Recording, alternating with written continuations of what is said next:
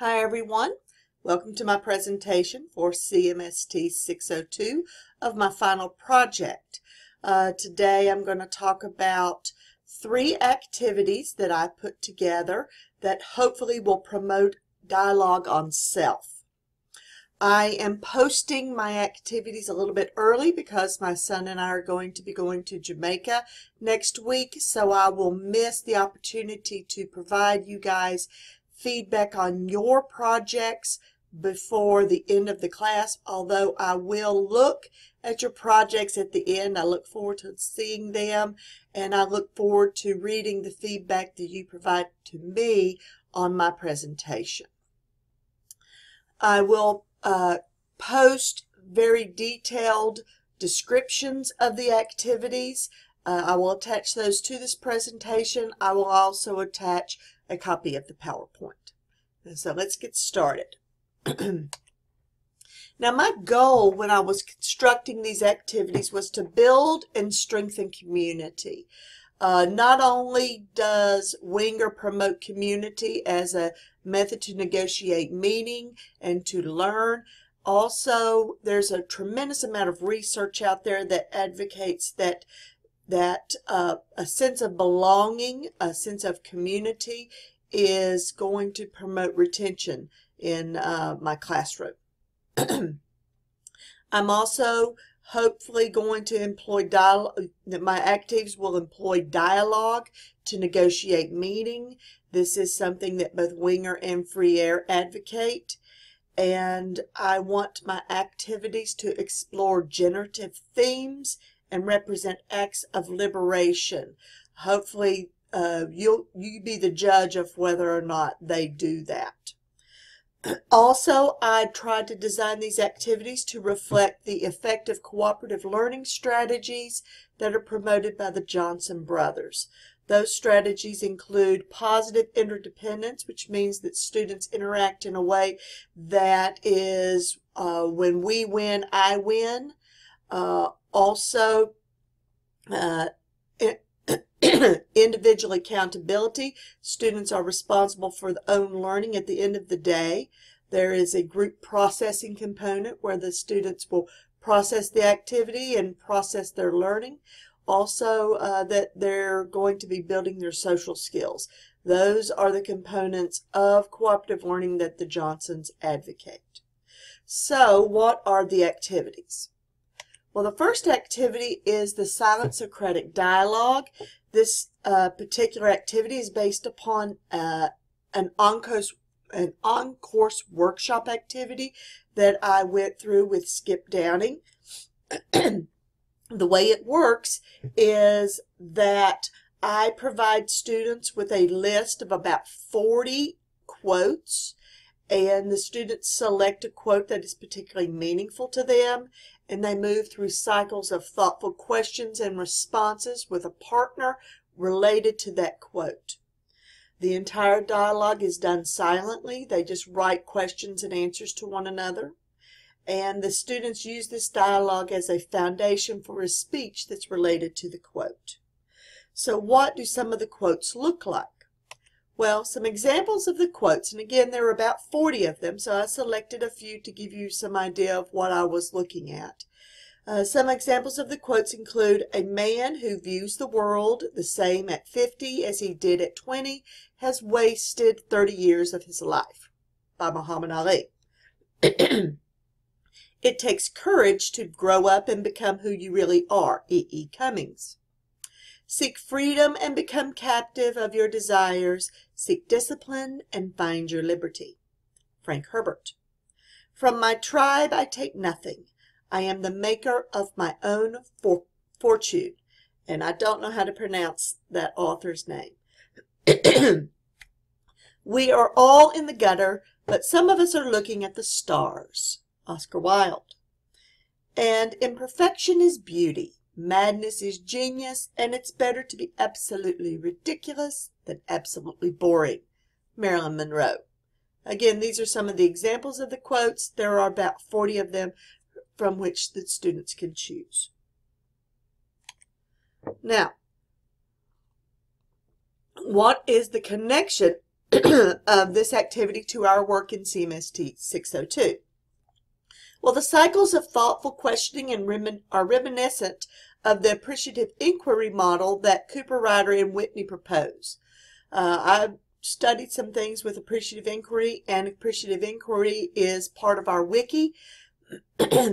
Appreciative inquiry is where you ask positive, probing questions so that the value of the conversation can appreciate, can grow, can deepen.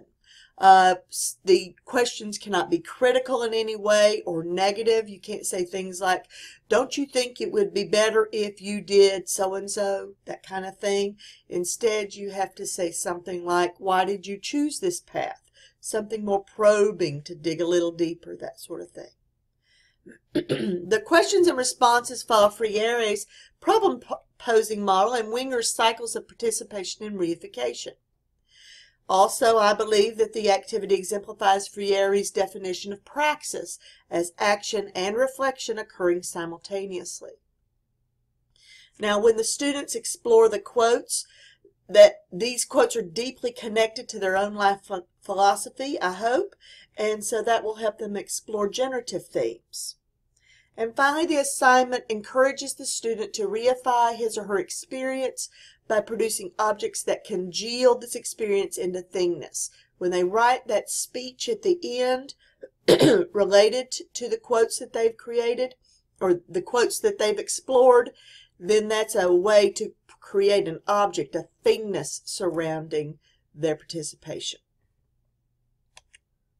Now, the second activity is one I call What Do You See? It is inspired by an activity that is described in Freire's Pedagogy of the Oppressed. In the book, Freire talked about an investigator who showed some tenement workers or some tenement residents a picture of a drunken guy walking down the street. The investigator thought that the tenement residents would talk about the drunkenness, and that would be a springboard for a conversation about alcoholism. But instead, the tenement resident said something like, that poor slob, he's just trying to get home from work. He's just like us. He gets little pay and he has a lot of worries, and he's the only one out there who's being productive. So that was a real eye-opener for the investigator. I thought I would take that idea where images may have a different meaning to other people and use that to create some conversations. So I tried to identify some images that I thought might have multiple meanings for my students.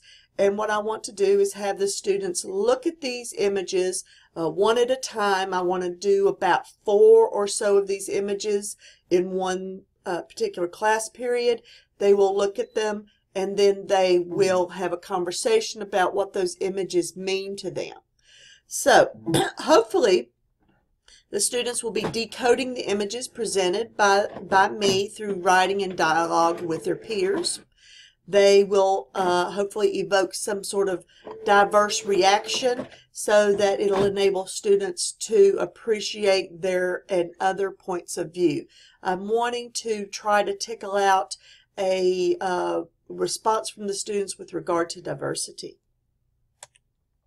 So here's some examples of some of the images.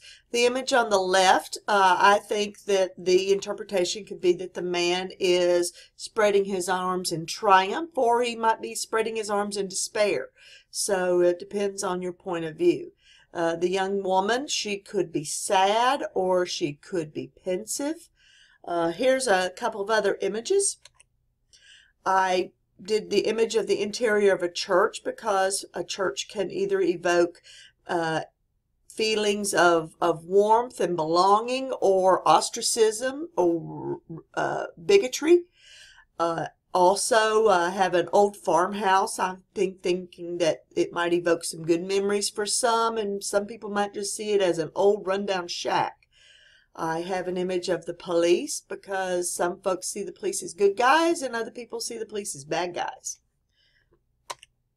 I did an image of an assembly line at, of a meatpacking plant. I thought that students may see this as, hey, you know, that's a sweatshop, that's someplace I'd never want to work. Or it might be that, hey, this looks like a place where I can make some money. I can make a living for my family. So we'll see what they have to say about that. I think this picture of some old work boots could be work boots. They might be hiking boots. Some students may just think of them as just old, dirty, nasty boots. So I'm interested in seeing what their interpretations of those images would be. Now, the connection to our work in CMST 602, the images represent Freire's coded existential situations, at least I hope they do, and that acquire meaning as thought flows back to it from various dimensions. The images become points of focus for the negotiation of meaning, according to Winger. And the structured and safe environment for the dialogue encourages and reinforces community. The students are really only talking to one other person, and then I'm going to talk about some of the common themes as a group. The examination of multiple images allows students to divide and reintegrate the whole to better understand issues of identity in the broader community. And finally, students explore issues of self in the context of community as they articulate the importance of diversity in their world, and hopefully will perceive themselves more as subjects rather than objects. Now, my third activity is academic controversy. I've talked already about that activity in the discussion board with you guys. It is based upon the academic controversy exercise by the Johnson brothers. I'm going to be having students form teams of 2 to engage in a debate over views on the controversial topic, the Confederate battle flag. I've decided to provide the students with their research, with their source material for this debate, because it's becoming increasingly more difficult to find source material for the heritage side of the debate because the hate side of the debate is pretty overwhelming right now. So I thought in order to keep it balanced, I would try to find the source material for my students. The structure of the academic controversy requires the students to divorce themselves of emotion, and it helps them to examine a provocative issue very objectively. So how does this connect to our work? Well, the activity encapsulates Freire's dialogue of education as practice of freedom, I think. It shows faith in the student's ability to reason, which is a condition of practice, and it exemplifies Winger's joint enterprise. The students are having to work together. A collective process of negotiation not determined by an outside mandate, prescription, or by any individual participant. And finally, the activity ensures that students think for themselves and produce and act upon their own ideas and are not consumed the ideas of others. So hopefully that's what I'm getting at least that's what I think I am.